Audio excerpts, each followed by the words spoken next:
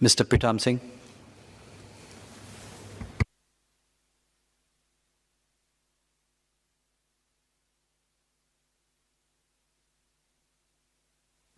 Thank you, Mr. Deputy Speaker. I have a few questions for Minister MTI, Mr. Gan Kim Yong, and originally Minister of Health, but I think I'll direct them to the Minister of Home Affairs. The first series of questions pertain to the differentiated regime between vaccinated and unvaccinated individuals, which is part of the coming to terms with the endemic state of treating COVID-19 as endemic in the community. This refers, the query pertains to the negative pre-event tests that unvaccinated individuals will be required to undertake. I think a few days ago in Israel, the Prime Minister announced that the individual, the unvaccinated individual there will pay for the test. I don't believe Minister clarified who pays for that test in Singapore, so it'll be helpful for Minister to clarify that. The second question directed at Minister Gan pertains to supply issues of the vaccine. I think previously in updates that the MTF had given, is this still a problem, or are we on track to open the economy in concert with the plan the MTF has announced by, I believe, September now? The question specifically on the KTV issues, indeed, as Minister Ong mentioned earlier, lots of disappointment among Singaporeans, but I thought it would be important to have at least some understanding of common facts before coming to conclusions. So the first question is with regard to the enforcement regime at the pivoted establishments. Was it a heightened sort of enforcement regime? Minister mentioned a few numbers, 202 enforcements from October last year to July this year. But was there some specific attention paid on pivoted KTV establishments? I think earlier on, Minister Wong spoke in a Facebook post about a cat and mouse game. A minister referred to that as well. Was there were additional conditions imposed on certain operators in view of their past record or reputation, so to speak? And in this regard, again, was there a differentiated regime from the enforcement agencies to pay more attention to some of these establishments? Minister spoke of some, I think a total of 7 establishments, and I stand corrected if I'm wrong, 7 establishments that have seen their licenses revoked, but that about 10% of the establishment, of the pivoted KTV establishments have been in breach of regulations. So are those, or are the licenses for those, for that 10%, which I think would extend to about 40 establishments, are going to be revoked as well? And finally, I received some emails from members of the public about warnings that they had given the authorities about some of these KTV establishments. How many warnings or feedback how many pieces of feedback did not just MHA but also MOH and the other agencies receive on potential SMM violations, egregious SMM violations in KTV establishments? Thank you. Minister Gan.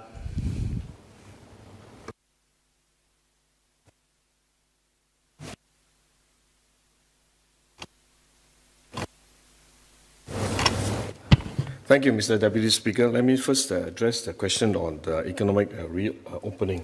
It is still on track, and the key is to look at the progress in our vaccination program. And our vaccination program, as Minister for Health explained just now, is picking up momentum. But it is important for us to focus a lot more on the vaccination of our senior population, which is of a greater concern to all of us. And therefore, I think we continue to be on track with our economic opening. And as soon as we are able to reach our vaccination rate of 80% and above, around about September or October, I think we will be able to move in a bigger way in the opening of the economy. But I will also want to point out that we are not likely to have a big bang opening to allow everything to be done in one go.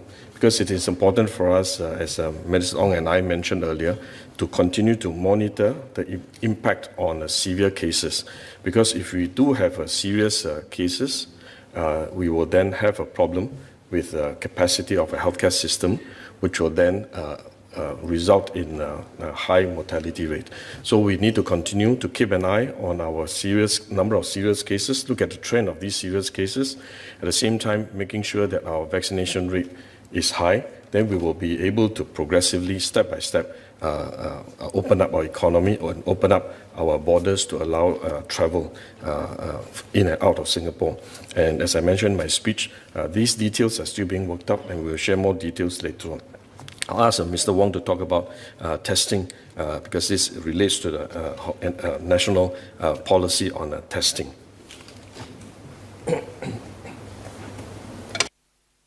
Thank you. The question, I believe, was about who pays for the cost of test if the person is unvaccinated to get into a venue. Well, the rule will be, the thinking is that the rule is for certain activities, certain settings, we will require vaccinated persons only. And from the government side, the rule will be that if the person is not vaccinated, not fully vaccinated, then he will have to produce a negative test, a confirmed negative test. That is the requirement. Now, how to go about that? We will let venue operators and owners decide. They may want to do it free. They may want to set up an operation. A restaurant might want to do that. A venue operator might want to do that. A MICE event organizer might want to do that, because he says, look, I want to allow, do that to let unvaccinated persons come in. If not, then he may well say, look, it's up to the individual. The individual has to go to the clinic, get a test, and then show me the results. So the government sets a rule, the framework. I think individual organizations that then are looking at the framework can decide whether or not they want to provide the test for their customers, or they would require the customers to get the test from a clinic.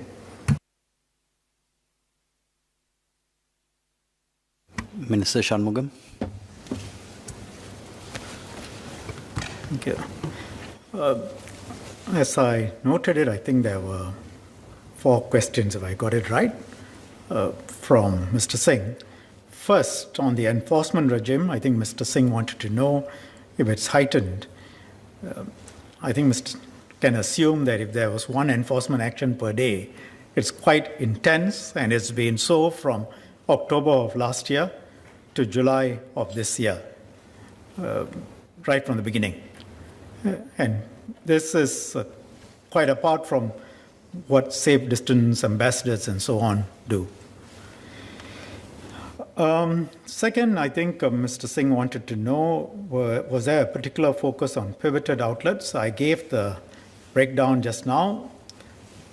Not all were targeted pivoted outlets. In fact, there were a number who were not to be operating at all. And in fact, totally illegal operations. And I would say, in terms of seriousness, those are particularly pernicious in terms of transmission, the kind of activities and so on. I mean, nothing is supposed to be happening in a warehouse. They set up and they do everything. And so those kinds of operations were busted as well. So a broad range, and also F&B operations which are not pivoted operations, just simply reopening. They also, some of them have been breaching. Now, don't mistake me to think that every single one was therefore engaging in what we might consider to be shadier activities. Sometimes they were breaches also, but we needed to target a broad range. Third, I think Mr. Singh wanted to know, 7 have been closed, but 10%, I pointed out that 10% were in breach, about 40 odd out of the 400 odd which had pivoted. And are they going to be closed? I assume Mr. Singh is not asking for closing down every operation as long as there's any breach. There is a framework. Depending on the nature of the breach, there will be a penalty, and the penalty is transparent, and penalty will be imposed according to the kind of breach that has been committed. And I think most people will know there is also a point system for breaches, which leads to closure. Of course, egregious breaches, there will be closure. But, and I wouldn't ascribe to Mr. Singh the suggestion that police now should get even tougher and just close everyone down as long as there is one breach, right? Now, the last point, I think, was whether warnings given by public were taken seriously. Now, I don't do the operations, obviously, but I think most MPs will know how, in general, police intel system is expected to work. Police have their own intelligence framework, their own ground framework, and public tip-offs. A lot of crimes are solved by public tip-offs, and they are important. They're taken seriously, and I assume that goes into the assessment framework on what operations to conduct. Thank you, sir. Minister Ong.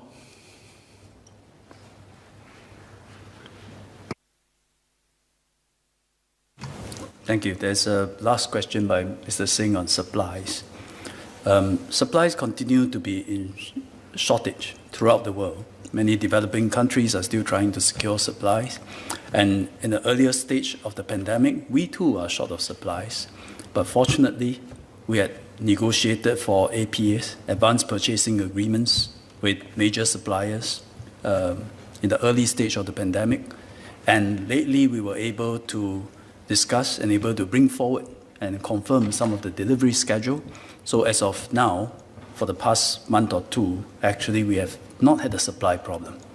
Our constraint now is we need more, especially our seniors, to come forward and get vaccinated.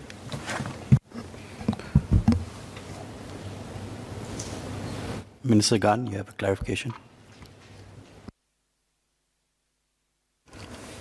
Thank you, Mr. Deputy Speaker. I just wanted to add a point to what Mr. Wong has explained on the testing strategy, because as time goes on, the testing system will also evolve. Say, for example, in time to come, if you have gotten a negative test result, you may be able to enter multiple events and multiple premises. So it's not just one event to one test. So you just have to bear that in mind. Ms. Nadia Samdin.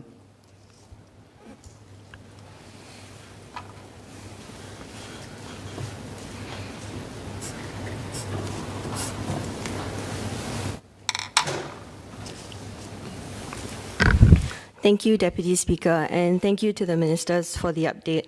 I have two groups of clarification points. The first is really stemming from a worry about discrimination and treatment between those who have been vaccinated versus those who are unable to, and those who do not wish to be vaccinated, and the treatment that they receive. On one hand, I empathize and hear the calls of those saying, what is the point of being vaccinated if I'm still, faced with certain restrictions? Or why are we being penalized? But at the same time, I know full well the impact of some of those who are unvaccinated for various medical reasons, in particular our seniors, and the social impact of the isolation, not being able to be involved in activities. As such, I wonder if in the Trace Together app, for example, we might consider amending it to show those who are vaccinated, those who aren't vaccinated, and those who cannot be vaccinated for medical reasons, and if there can be differentiation of treatment, if so, how? And also how this might take into account, for example, families who have seniors who are or children who are unable to be vaccinated. Moving on to my second group of clarification points, I think we have spoken about the KTV cluster, but I also like to ask about the Jurong Fishery Port cluster, as this spread has impacted stallholders, workers, and residents alike in both Mai Cheng San and Chong Boon markets, as well as food centres. Firstly, with the closure of Jurong Fishery Port and seafood stalls in the markets, what is the impact to the supply of our seafood, and what are measures which have been taken to mitigate disruption to these supplies? Second, some are also very worried about the safety of eating seafood during this time. Could the Minister please elaborate what led to the spread of COVID-19 in the Jurong Fishery Port, whether there are clearer findings on the mechanism of transmission of COVID-19 into the port, and subsequently into our local markets, and whether our seafood is safe for consumption. And finally, as we look towards reopening, while we understand that there have been efforts to make the operations at the port contactless, we also understand that it's hard work, and working in the markets can be strenuous, and there are inevitably close interactions between the workers. Do our SMM measures need changing? And how can we ensure the safe reopening of Jurong Fishery Port and our markets and hawker centres? Thank you. Minister Ong. Thank you. I'll provide some answers, then I'll invite Minister Grace Fu to supplement with her clarifications. First, on the differentiation, I wouldn't call it discrimination because there are good public health reasons to differentiate the treatment between those who are vaccinated and not vaccinated, because the differentiation helps protect those who are not vaccinated. Member asked about whether Trace Together app can indicate vaccination status. I believe it already does. Mine does. It says I'm vaccinated. You can check yours. Yeah, it does. Huh? Second is children or seniors who, because of medical conditions, are not allowed to be vaccinated, whether they get left out. Earlier on, when we came out with the 2-5 rules, one of the criticisms is that it's so confusing. And indeed, one of the confusion arises because of the exemptions we are trying to give. That in a group of 5, all vaccinated, but you're allowed up to 2 children below 12 who can't get vaccinated, but can join part of the group. Yeah. So I think when we do our midterm review, we will also take into account these provisions. And as for those who can't be vaccinated or unvaccinated for some reasons, but want to join such a group, we had earlier also allowed them to take a PET, a pre-event test, and if you are negative, you can join the group. And this is something we will consider as we do our midterm review. Lastly, I do want to reiterate a point I made earlier. When we get to a very high level of vaccination rate, there should be very little differentiation between vaccinated and unvaccinated, because collectively we will be very resilient. By then there will probably be justification for lesser differentiation. As for the point about seafood being safe, seafood is absolutely safe to consume. How did it get into the Jurong Fishery Port? As I mentioned earlier, phylogenetic studies show that there is likely to be multiple points of entries because there are slight genetic differences in the virus and in the infections across the cluster.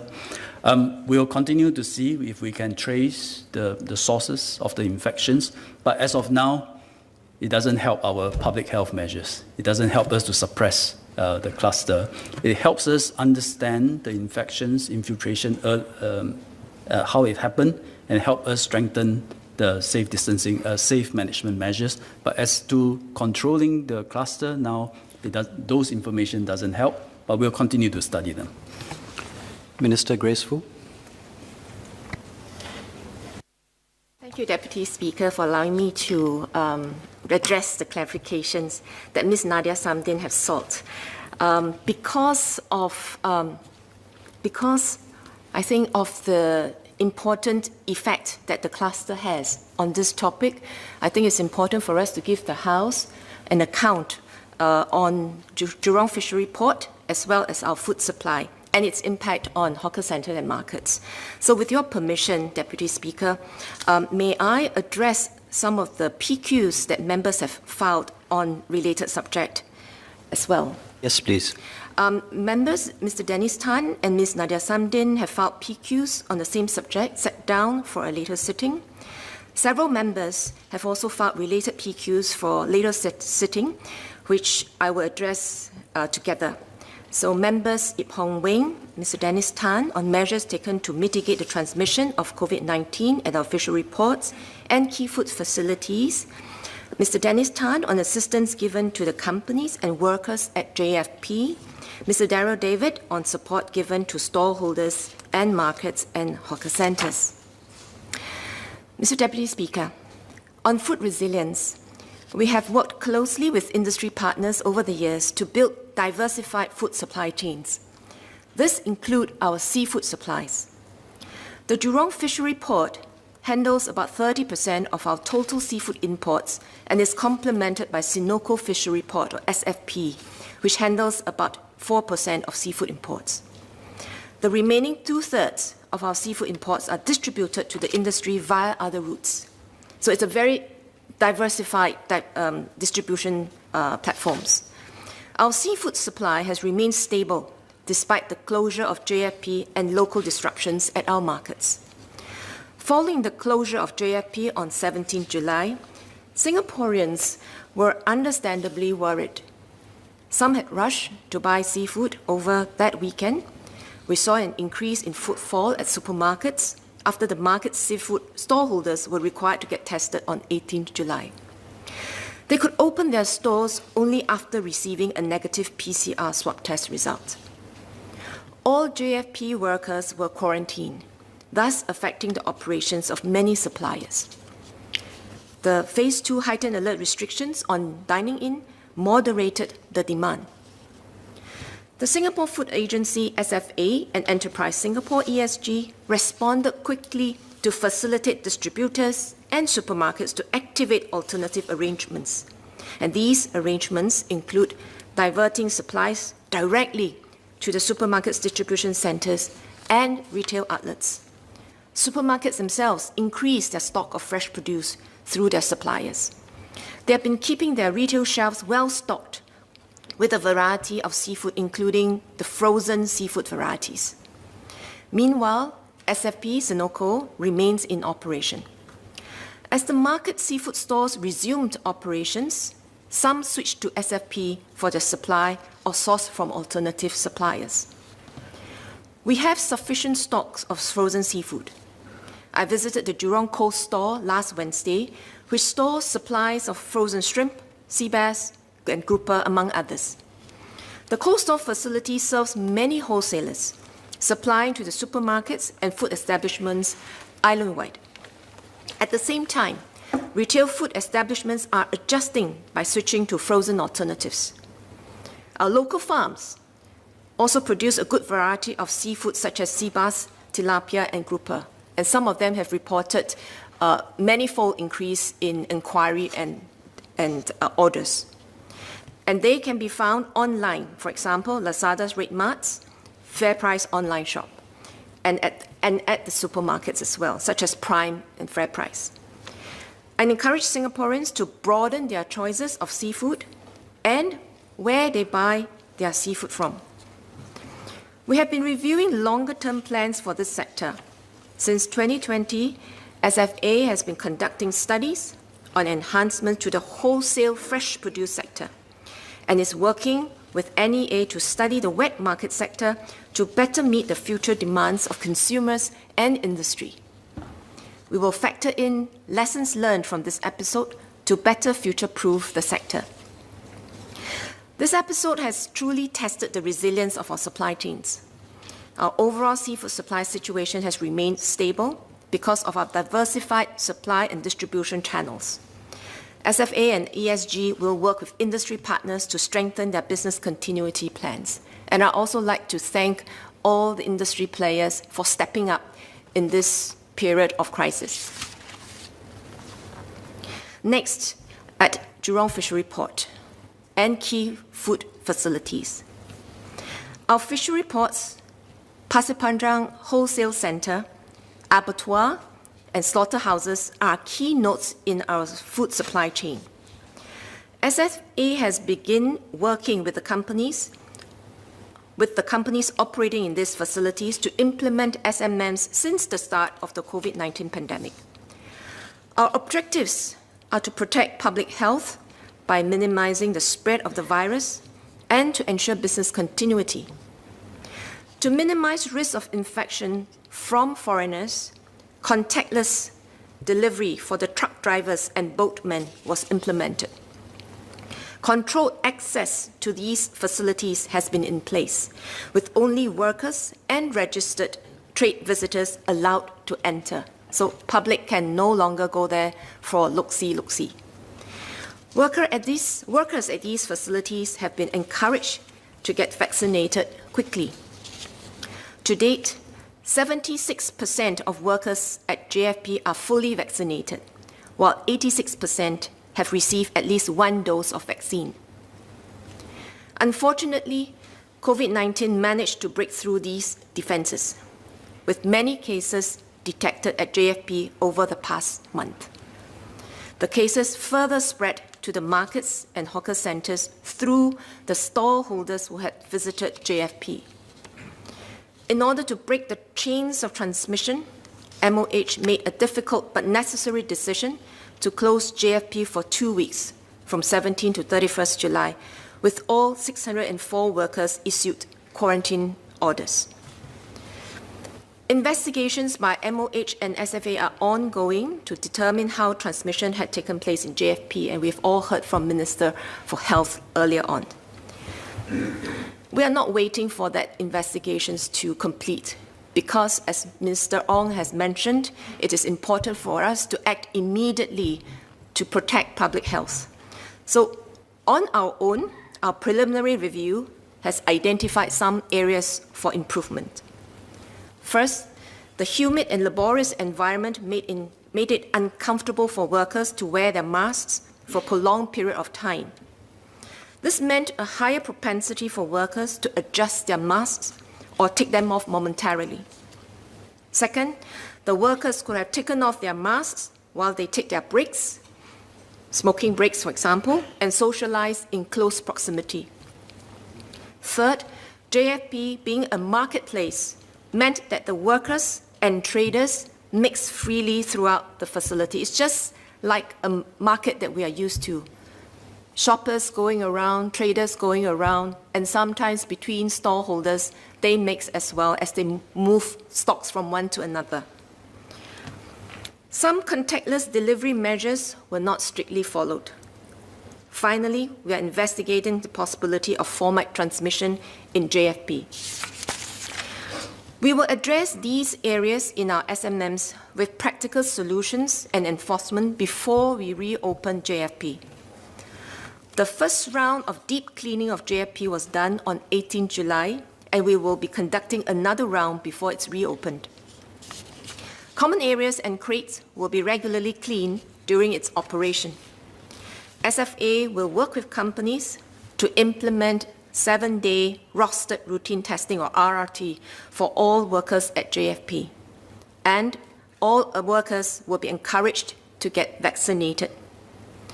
Contactless delivery protocols for truck drivers and boatmen will be stepped up.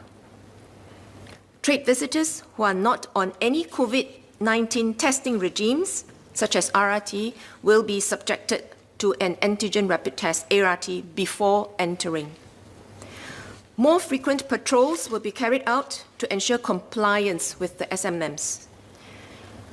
Working closely with MOH and informed by their epidemiological investigation, we will adjust these enhanced measures if necessary to better protect both the workers and trade visitors.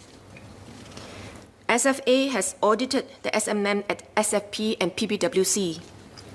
It will progressively cover all the other key food facilities. One-time PCR swab tests of all workers is being carried out. We are almost at the tail end.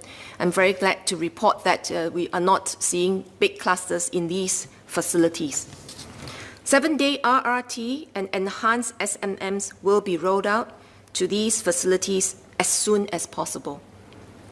We will monitor the operation closely and take enforcement action for any non-compliance with the SMMs at these facilities. An alternative site is being made available for use in the event of another closure of the fishery ports or PPWC. The Delta variant is a formidable foe. Collective responsibility is required to keep everyone safe. Next, on assistance extended to JFP and related businesses, the relevant agencies are working with companies to provide the necessary assistance during this difficult period. We have been facilitating companies to redirect supplies directly to the supermarkets, distribution centers, and retail outlets so that they can continue operations despite the closure of JFP. We are also coordinating closely with the companies to ensure that their workers have been swabbed and are healthy before we resume operations at JFP next week. As announced by the Ministry of Finance last week, the government will provide an additional 4-week rental waiver for qualifying tenants on government-owned commercial properties. Eligible workers and self-employed persons can apply for the COVID-19 recovery grant temporarily. Those under quarantine can also apply to the Ministry of Health for financial assistance under the Quarantine Order Allowance Scheme. And as to the support for stallholders in markets and hawker centres, the government is committed to support our hawkers and work with them through this difficult period. A one-off cash assistance of $500 under the Market and Hawker Centre Relief Fund will be disbursed to each stallholder of cooked food and market stalls in centres managed by NEA or NEA-appointed operators in August. Stallholders need not apply for this relief. The money will be directly credited into the bank accounts of the stallholders. This is on top of the third month of rental waiver and subsidies for fees for table cleaning and dishwashing services provided this year. Those under quarantine can apply for the Quarantine Order Allowance Scheme, and those eligible may apply for the COVID-19 recovery grant temporary. For hawkers that continue to face financial issues, they can also approach NEA, who will review their case and provide case-by-case support. On Ms. Nadia Samdin's question about measures to improve safety at our markets and hawker centres, NEA will be putting in place tightened SMM at all markets and hawker centres to ensure that they remain clean and safe for stallholders and patrons. Bearing in mind that many of our hawker centres and markets are frequented by elderly patrons, so we are taking extra precaution to make sure that their health and safety are protected. So we will carry out rostered routine testing for stallholders once every 14 days. We will facilitate the testing, such as setting up more quick testing centres as announced by MOH, and explore teaching hawkers to conduct self-testing at steady state. Mandatory safe entry check-in will be implemented at all markets and hawker centres managed by NEA or NEA-appointed operators to facilitate more effective contact tracing. We have previously introduced e-payments to go cashless and will encourage hawkers and patrons to use this mode of payment to minimize contact and also possibility of fomite transmission. About 90% of those working in markets and hawker centres, this includes our stallholders, our hawkers, as well as our cleaners at the centres, have received at least one dose of the vaccine. So it's very high vaccination rate, 90%. And we are calling up, encouraging those who have yet to do so to go for vaccination as soon as possible. While we will continue to ensure the cleanliness of our hawker centres through regular cleaning and disinfection, I also want to remind all patrons to adhere to SMMs and to observe personal hygiene. When dining resumes, patrons are reminded that they can do their part by returning their own used trays, crockery, and litter to help create a cleaner dining environment. Thank you, Deputy Speaker. Dr. Tan Wu Meng.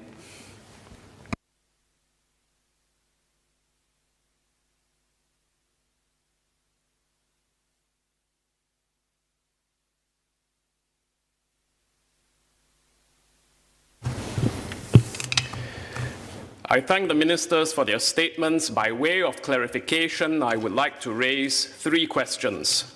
A number of Clementi residents feel very much affected by the recent outbreak. Our central market has had to close.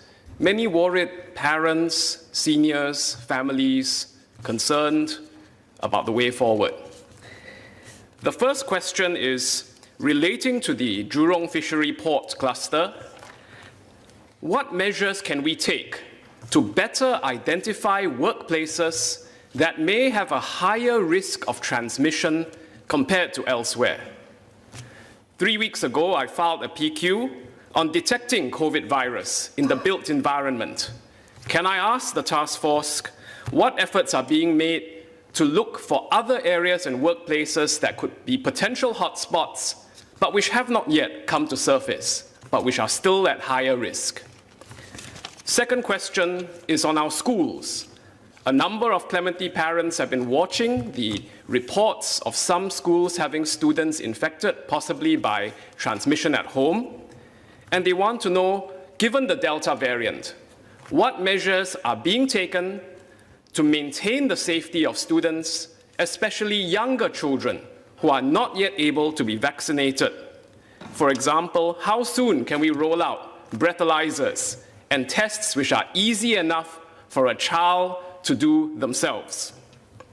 And thirdly, third question, sir, even as we open up and transition, I ask the ministries that we must maintain many of the capabilities built up during this pandemic and internalize the lessons learned, because we know that a worse variant of COVID or even a future disease X, a worse pandemic, is just a question of when rather than if.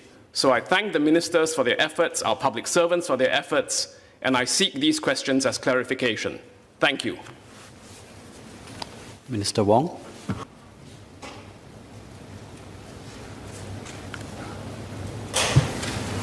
So on the three questions, firstly, we are constantly looking at the landscape to identify areas of risk where we might want to take greater attention.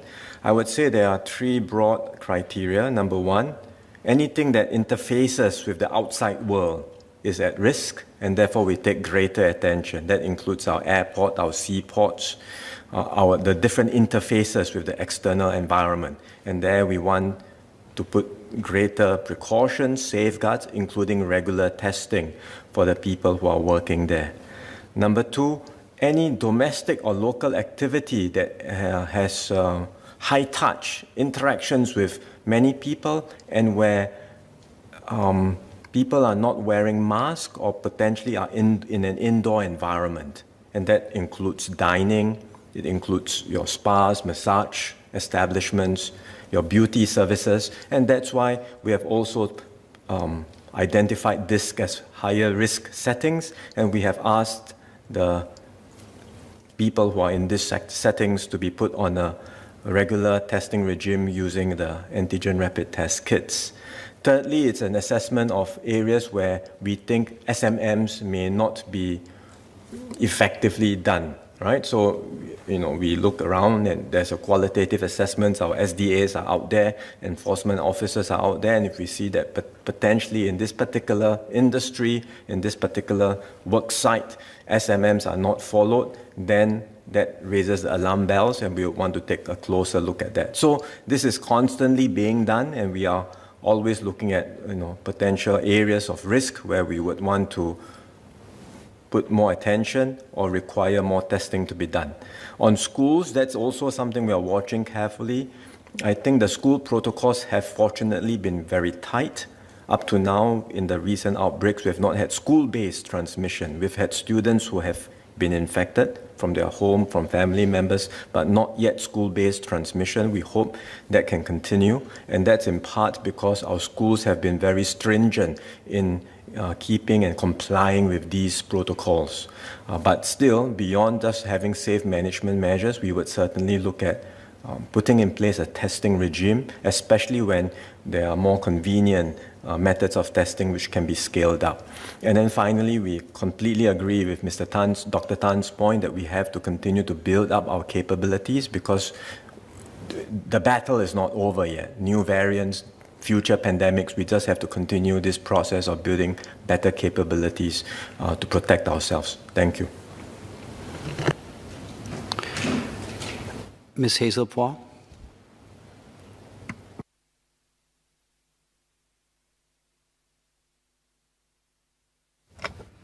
Thank you, Deputy Speaker. I thank the ministers for their statement.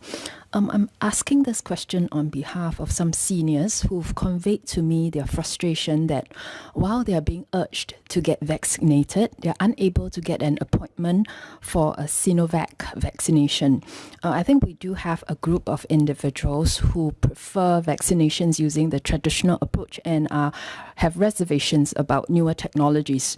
So given that we are especially concerned about vaccination for our seniors, what avenues are there available for these seniors who prefer the traditional approach? Are there plans to further expand the Sinovac vaccination? Thank you.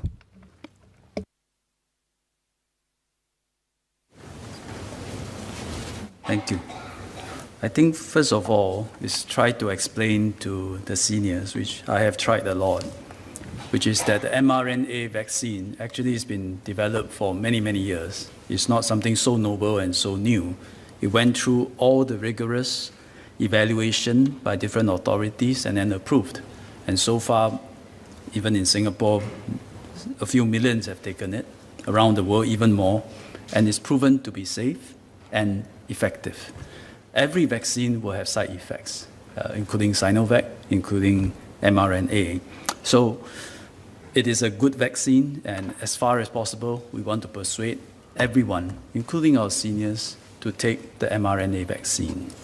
But for those who simply not comfortable or they are contraindicated for mRNA vaccine and they want to take the Sinovac vaccine, we now have made it available under the special access route. They can make an appointment. It may involve some waiting, but they will eventually get their vaccinations. I've reported just now that 72,000 people have in fact gotten their doses, so it is possible.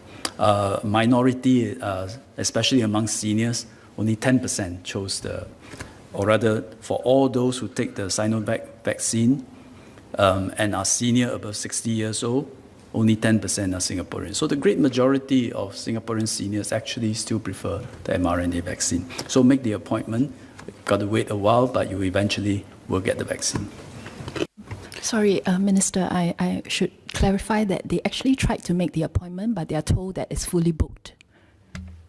Oh, it should not be the case, but if you can give me the contact, we are more than happy to help them facilitate and make an appointment. Yeah, there are 20 over clinics that are doing that now. Mr. Liang Eng Hua.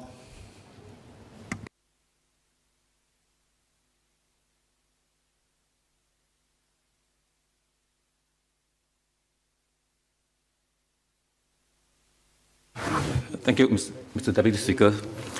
So businesses, especially the F&B sectors, are finding this start-stop series of activities really disruptive, and they are growing frustrations, low morale, fatigue setting in, and they ask why is the F&B sector seems to be bearing the brunt of each of the heightened measures. So can I ask the Minister, why did we reverse on the 19 July decision to have this fully vaccinated 5% dining? It appears to be a reasonable proposition where the diners among them are fully vaccinated, and this is indeed what the kind of scenario we're looking at. And with that kind of de-risking, why don't we allow that to continue? I would like to hear this from the Minister. Mr. Gan.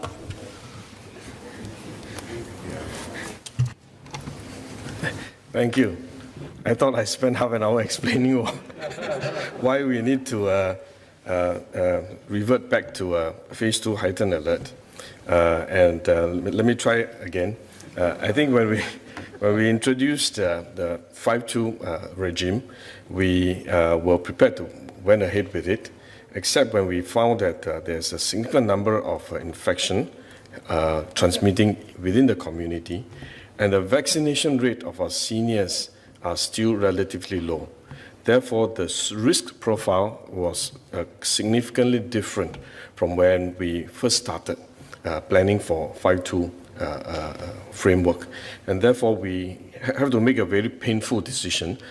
I must share with you that we deliberated at length on this issue.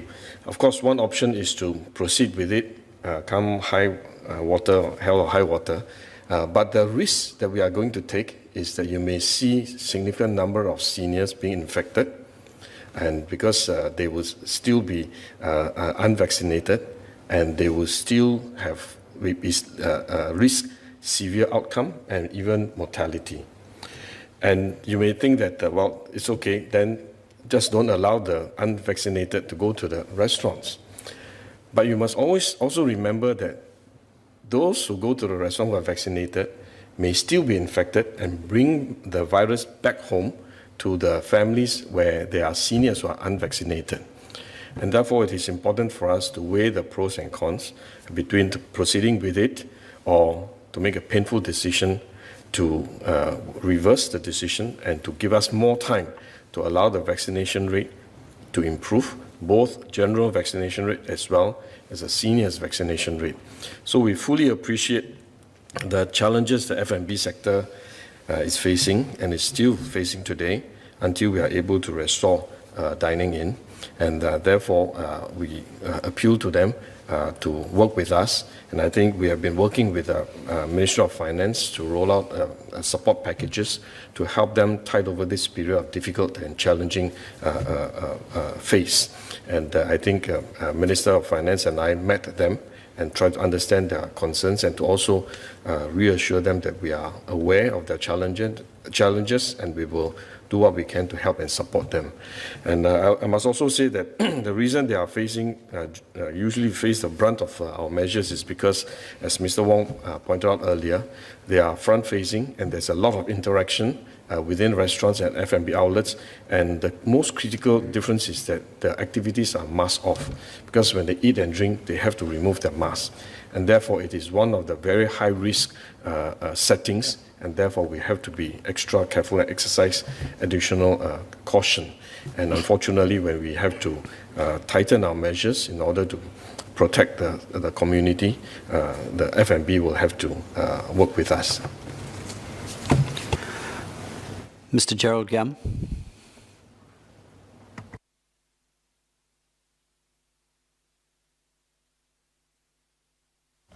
So according to the MTF, the infections in the Jurong fishery port cluster were likely introduced via the sea from Indonesian or other fishing boats that brought fish into the port. And the exact mechanism for transmission is unclear up to now.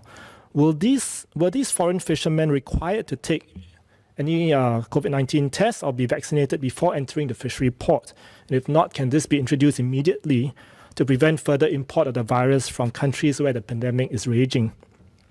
Next, regarding the Sinovac vaccine, is the relatively lower efficacy rate of the Sinovac vaccine the reason why, compared to the mRNA vaccines, is that the reason why those who got the Sinovac vaccine are not considered fully vaccinated in Singapore? This lower efficacy rate has been known for some time. So why didn't MOH make this clearer? Make this known clearer so that they will not be giving the same recognition to Sinovac as the mRNA vaccine yet for the purpose of differentiated measures, because this could have blunted the demand for the vaccine, which was mentioned earlier, and convinced more people to get the mRNA vaccines. Third, as we reopen our borders, many more foreigners will be entering Singapore. Are there plans to require vaccinations for both short and long-term visitors so that they don't inadvertently reduce our overall vaccination rate? And lastly, a recent British study found that a longer period of 8 weeks between vaccinations produces a higher immune response than a spacing of 3 weeks. Now, in our haste to get people fully vaccinated, where we are encouraging people to vote to book the second dose 3 weeks after the first dose, will we be compromising on maximizing durable immunity to COVID-19 in the longer term? Thank you. Minister Grace Fu. Mr. Deputy Speaker, I would like to address Mr. Gerald Giam's first question on crewmen. Indeed, I think that there Minister, is... would you like to take your mask off? Or?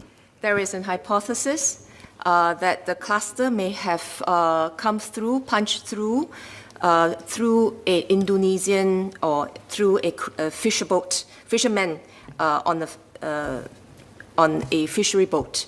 That hypothesis actually has not been confirmed at this point in time, but we are not waiting for that. So we are looking at how to strengthen the SMM at the border. We have already started contactless delivery since April. That's along with the strengthened, heightened SMM at Pasir Panjang warehouse center, wholesale center. We have instituted that also for Senoko and Jurong Fishery Port. But with regard to the question about whether we should subject them to vaccination or ART, that's something that we are considering at this point in time. Whatever we do, I think we're looking for practical solutions where we can do it without increasing the risks. So if the crewmen right now, they're actually contactless, in other words, they are not allowed to land, they will stay on the vessel and they will use the vessel equipment to move their buckets of fish onto the shore, and then our shore people, shore workers will take it over.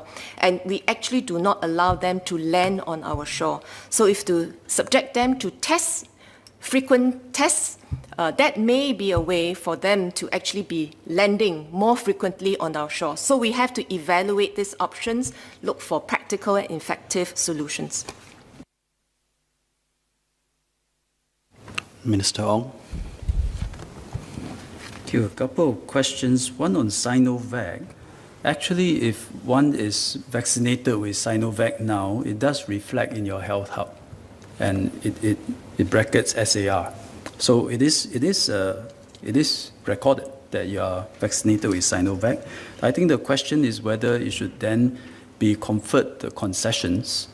Should we have differentiated safe management measures? I would say that currently there are different vaccines, and every vaccines have different efficacy, and it would not be, from a public health point of view, it would not make sense to just treat every vaccine the same. I mentioned in my statement just now the efficacy of Sinovac against Delta variant, because of the places that it has been applied and administered, that data is still being built up.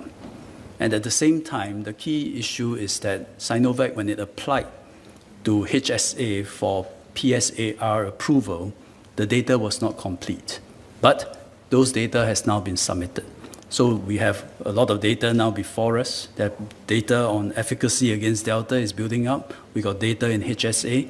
We will assess them robustly.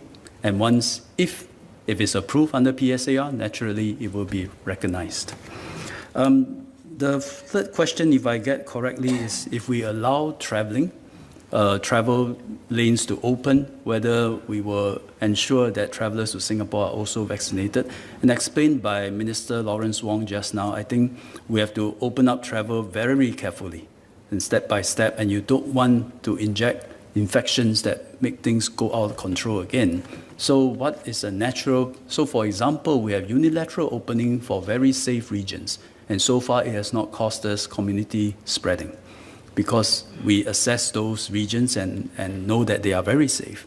Next step is for those regions that have also controlled their infections and have risk level about same as us, we can, for example, open up for vaccinated travelers to and fro without the need for SHN, but require a series of tests. So I think whatever step we take, always make sure that it doesn't raise our risk level, but maintain or even lower our risk level.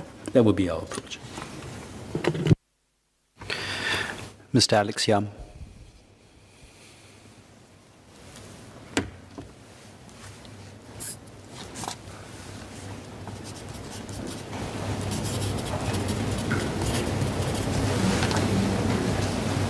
Thank you, Mr. Deputy Speaker. I welcome the MTF's focus on future differentiated treatment for vaccinated and unvaccinated. It's perhaps one of the tools in the kit to persuade, encourage, nudge and cajole those who are still considering. However, I wish to return to a suggestion I made at the very beginning of the national vaccination program, which is to consider making vaccination mandatory. A lot of effort has gone into encouraging Singaporeans to be vaccinated because it makes sense. And I therefore consider it our civic duty to be vaccinated if there are no medical grounds to refuse. Ultimately, the fear is that the freedom of a minority to choose not to be vaccinated will affect the freedom of the majority who have chosen to be vaccinated for the sake of themselves, their families, and the community. The second clarification I seek is with regards to effectiveness of trace together and safe entry for contact tracing. Over the last few days, with regards to the KTV cluster and also partially to the Jurong fishery cluster, we heard various issues, not so much issues, we heard some limitations vis-a-vis contact tracing because people who do not bring their phones with them or their dongles with them because of fear of being detected in certain places. So whether or not the MTF can comment on whether contact tracing has been made more difficult recently. And lastly, on differentiated treatment, I echo the comment that was made by fellow member Ms. Nadia Samdin. On differentiated treatment, while I welcome it, how will we eventually distinguish between those who knowingly avoid vaccination and those who do not have a choice, for example, the young and the medically excused? This is, of course, if we do not introduce mandatory vaccination. Thank you.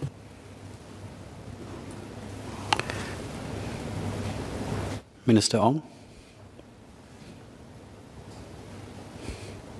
Didn't quite get the second question, so maybe Minister Lawrence Wong can answer that later.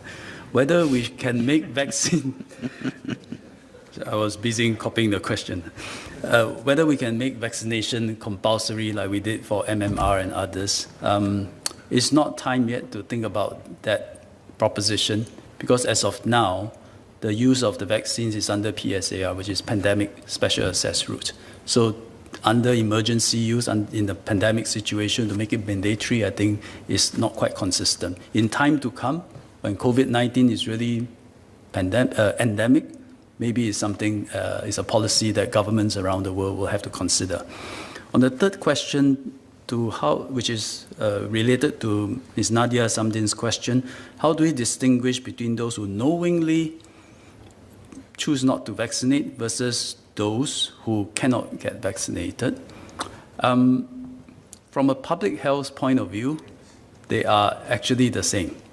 They are equally vulnerable. And so from a public health point of view, we ought to treat them the same in terms of the differentiated treatment. If you are not vaccinated, to protect you, best not to join the big events. It cannot be that because your intention is different, we let you join. That would not make sense from a public health point of view.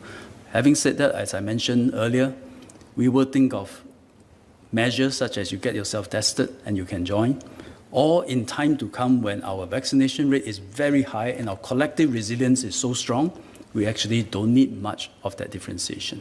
Yeah. Second question is on contact tracing, the effectiveness of trace together and safe entry. I would say generally, even in the recent episode, we have seen that the systems are in place. Most people, vast majority, are using the trace together tokens or app properly. Establishments are having proper gating check-ins using safe entry. And so overall, we still find this to be very effective in doing timely contact tracing and ring fencing. Are there lapses? Are there people who abuse, who do not use the app and trace together? Yes, obviously there are. But by and large, it has still been very effective. And we want to make it even more effective, which is why for markets and hawker centers previously, we had not put safe entry check-in requirements for all markets and hawker centers because we all know it's very difficult. It's open, it's porous, people come in from all the different places. So we only did it for the very popular markets. But now we are planning, based on the lessons we have learned and realizing how effective it is, we are planning to put in safe entry check-in requirements across all markets and hawker centers. It will lead to some inconvenience on the ground with many of your residents, and I seek members' understanding to explain to your residents why this is necessary in order for us to have effective contact tracing during this pandemic. Sorry, Mr. Deputy Speaker, I missed out one question by Mr. Gerald Giam just now. He mentioned whether we are rushing dose 1 and dose 2 by keeping only a 3-week duration, and whether a longer duration will make the vaccine more effective. That is the hypothesis of one study. And the conclusion is not conclusive. There are many other studies that show that 3 weeks for Pfizer-BioNTech, 4 weeks for Moderna is an appropriate duration and gap between dose 1 and dose 2 for good efficacy. So I think the conclusion is not definite. Ms. Joan Pereira.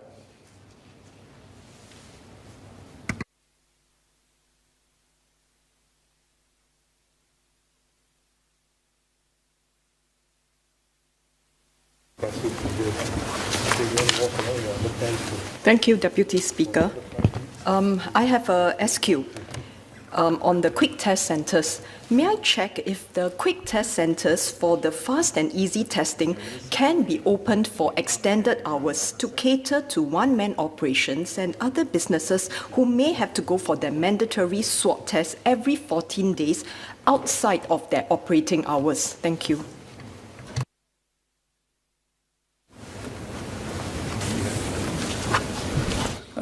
Answer is yes. I think the quick test center in time to come is likely to be almost a national infrastructure for living with endemic COVID.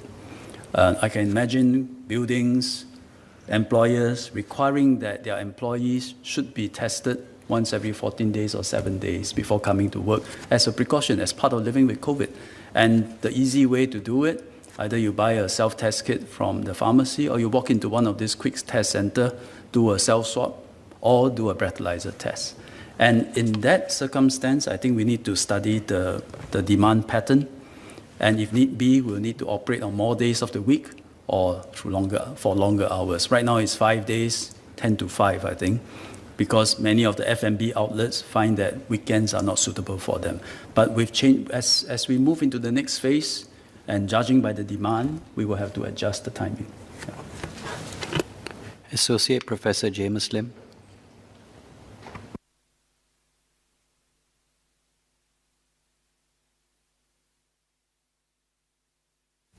Thank you, Deputy Speaker. Earlier on, Minister Ong had noted that the vaccination rate was progressing at an impressive 1% per day, and that we could expect a 70% coverage by around mid-August and possibly 80% by September. Now, I'm wondering what the basis for such an optimistic projection is, in part because once we factor in the under 12 in the population, for instance, that wouldn't qualify for vaccination, you get something in the order of 10 to 12%. So it only assumes an 8 to 9% vaccine hesitancy share of the population. And elsewhere, it has been demonstrated that at far lower coverage rates, populations have seen a point of inflection where there's resistance. So I guess the question is, how will we get this coverage to this 80% that I agree would certainly be welcome? The basis of projection is because we watch the number every day, I do, and that right now, those who have taken first jab is already 76%, yeah. And that is over the whole population, including those under 12. And you break down by age bands, it is well over 80, 85, 88%, except for the most senior group above 70. Right now is, I think, 73, 74%. So these are the 76%, thank you.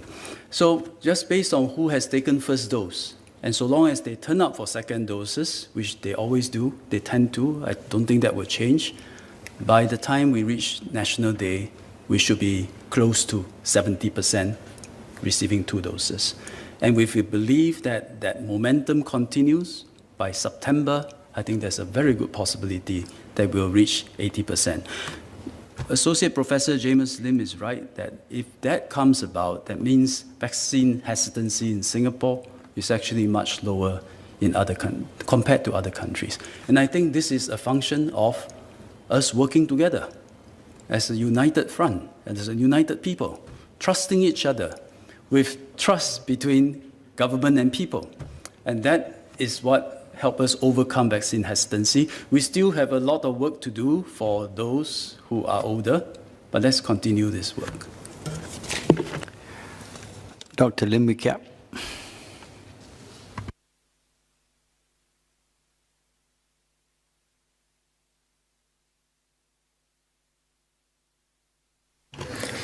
Thank you, sir.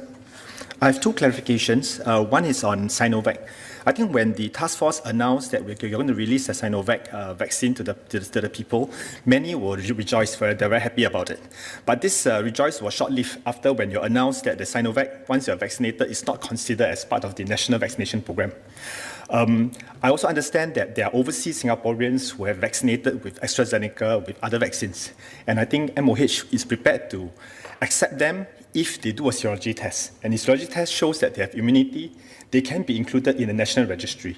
So my question is that if a Singaporean receives Sinovac, if they're willing to go through a serology test, and serology test show that their immunity is there, can you accept them into register them into national registration? So when next month or the month after next, when the restrictions are lifted for the vaccinated, can they be considered as part of the vaccinated instead? That's first clarification. Second clarification is on the supply of vaccine. I'm very happy to hear that there's enough vaccine for all of us, and by September, we probably will hit about 80%. I read in the papers, our neighbors, JB, has about 23% vaccination as from last month. And I think in Batam was 23% and JB was 15%. My question is that, can Singapore help our immediate neighbors with the vaccination once we hit our 80%? Because if our neighbors are not safe, we are not safe as well. Thank you. Thank you. On the issue of Sinovac, I explained earlier, I think the easiest, rather than doing serology tests and amongst our experts, there are also a different interpretation of serology tests. I think the easiest thing is to go back to what I said just now. As of 5th of July, Sinovac has submitted all the required data for us to do a proper evaluation under our PISA framework. So let HSA do its work. It's trying to do as fast as it can. It may take a month from 5th of July. And if Sinovac gets approved under PISA or other vaccines in time get approved under VISA, naturally, we will want to take a more inclusive approach in recognizing them. As for helping our immediate neighbor, all these purchase agreements have quite strict contractual requirements, so we can't take delivery and then donate to another country or region. And this all require us to discuss with the suppliers, but certainly where we can help, we will want to help our immediate region, because it is only when every country around the world and in the region recover from COVID that we can really be able to live with COVID as an endemic disease. Mr. Seah Yao Chen.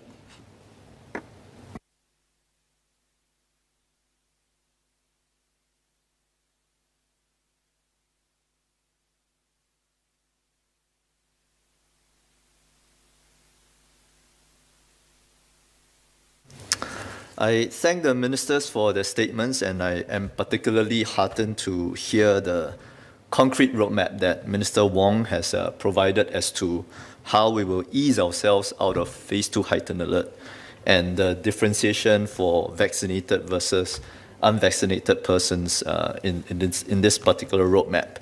The clarification I like to seek pertains to the longer term. So beyond immediate easing and reopening, when we are truly and well into a new normal of endemic COVID. Now, in this new normal, as Minister Ong has noted, we will have reached a high level of vaccination and therefore COVID resilience in the population, and the need for differentiation between vaccinated and unvaccinated persons will be less. But Minister Wong has also said that as we reopen, we must expect the case numbers to rise. And so to take this a little bit further, in the new normal, there is still a possibility that we get a major flare-up in infections from time to time. And in such a scenario, the few hundreds of thousands or 500,000 persons or so who remain unvaccinated will be the ones at greatest risk of severe illness and therefore at greatest risk of loading our healthcare system. And so in such a scenario, I'd like to ask the multi-ministry task force, how might we tame the flare-up? And would the MTF then consider, in such a scenario, a sharper differentiation, albeit a transient or interim one, in safe management measures between vaccinated and unvaccinated persons so that we can protect the unvaccinated, but yet not cause a major disruption to normal life for the vast majority like we now have in phase 2 heightened alert?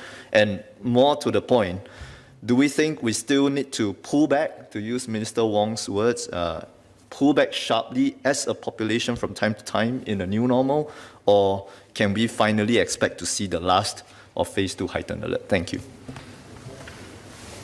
Minister Wong. Mr. Deputy Speaker, sir, I've tried to give some clarity on what we can expect in the weeks ahead. Mr. Seah would like clarity in the months forward. And unfortunately, with the current situation being so fluid and uncertain, it's very hard. We don't have a crystal ball. That's why beyond, I said, early August, midterm of the phase 2 heightened alert, we have one move. When we get to about 80% coverage, we make another move, maybe in September.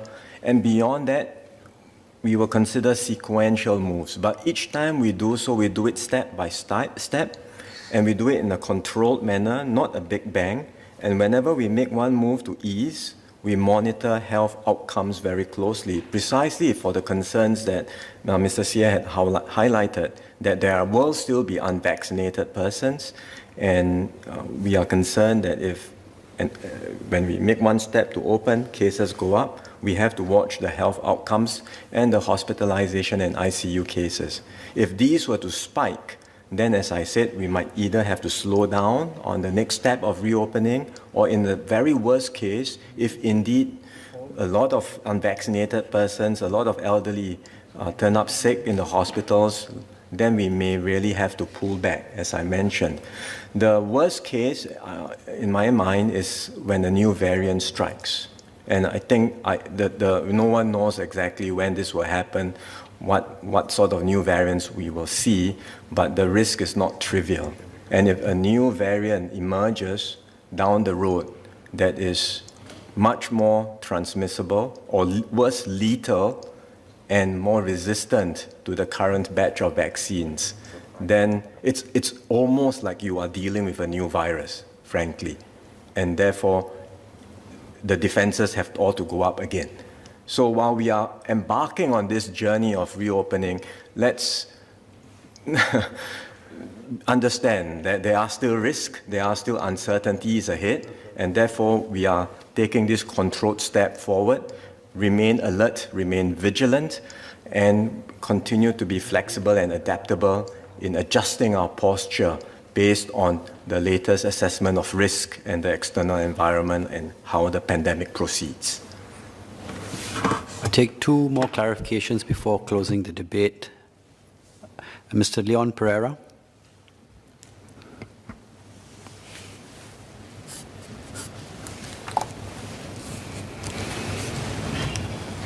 Thank you, Mr. Deputy Speaker. Just one clarification for the Minister of Health. There will be some individuals who get both doses and who still have very low resistance to the virus due to they being immunocompromised for genetic reasons or other reasons, or due to having certain risk factors. Is the government actively looking at, and this kind of relates to the PQ that I found, is the government actively looking at giving a third jab to such individuals if the science actually supports that will help them to raise their resistance to the vaccine? And I understand that the US Centers for Disease Control is actively looking at this question right now. Thank you. If I'm not wrong, the US have not come to a conclusion, and neither have we. We are studying this actively, whether we need a third dose as a booster, when, and what kind of strategy, whether you use back mRNA or you use a heterologous strategy. So these are all being studied, and when the details, when we make a decision, or when the expert committee has made the decisions, we'll make them public. Ms. Tin Pei Ling.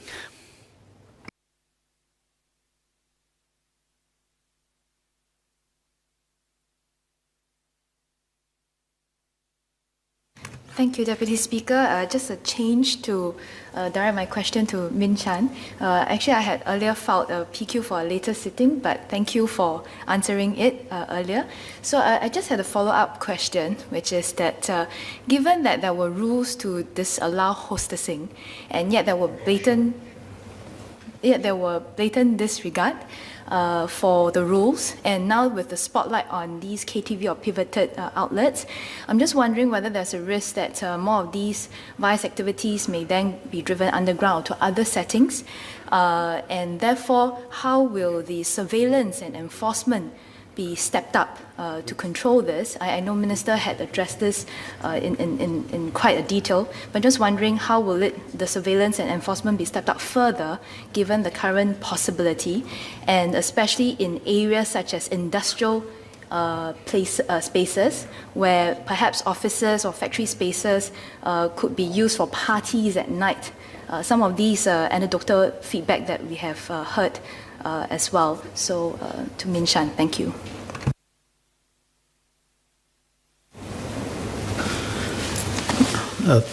Thank you, Mr. Tin, for that question. I think we have to rightly focus on the people who are the cause of the spread, people who operate illegally and the people who patronize. But look, before the pandemic, what was our framework? Singapore never made prostitution illegal because we knew that countries which have tried, and for thousands of years people have tried, it's not going to work. So you need to be realistic, what is doable and what's not doable. Pimping was illegal, pimping is illegal, prostitution was neither illegal then, nor is it now, except, I suppose, when there are safe distancing measures.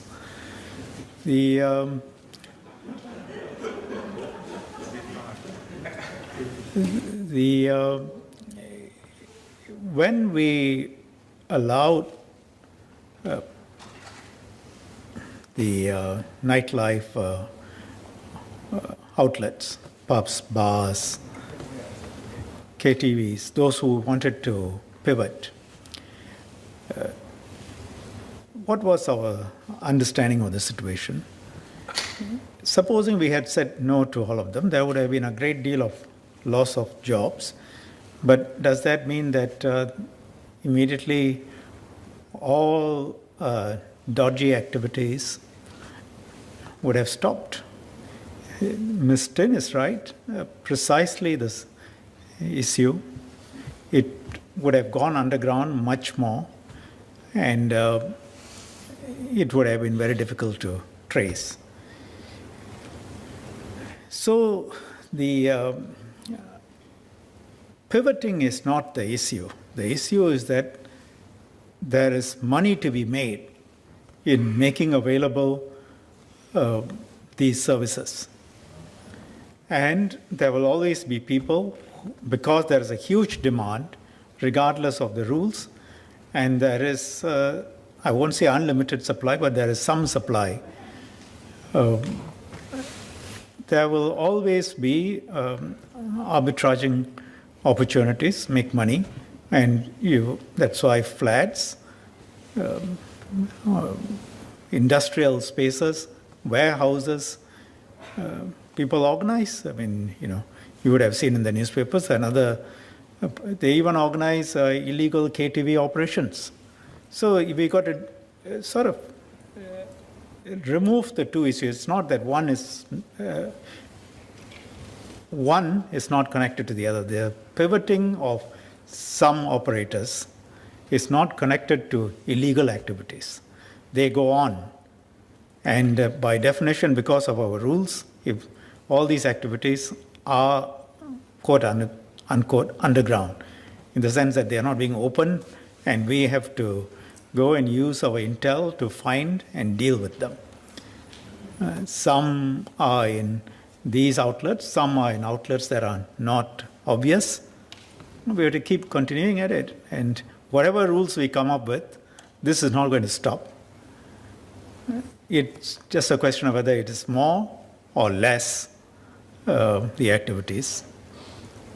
And, it puts a heavy onus on the regulatory authorities.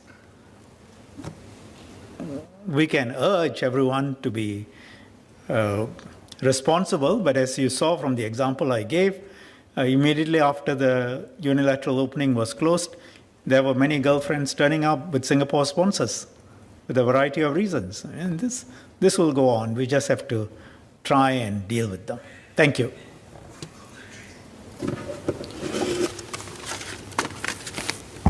Order. We have completed our proceedings on the ministerial statements on 5th update on whole of government response to COVID-19.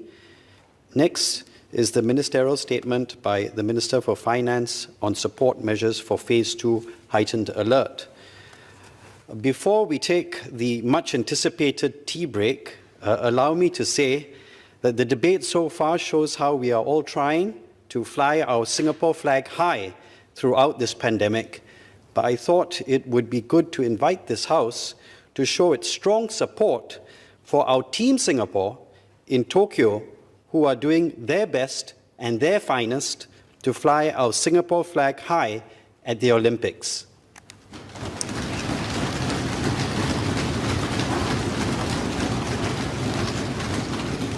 Thank you. And with that, I propose to take a break now. I suspend the sitting and will take the chair at 6:20 p.m. Order, order.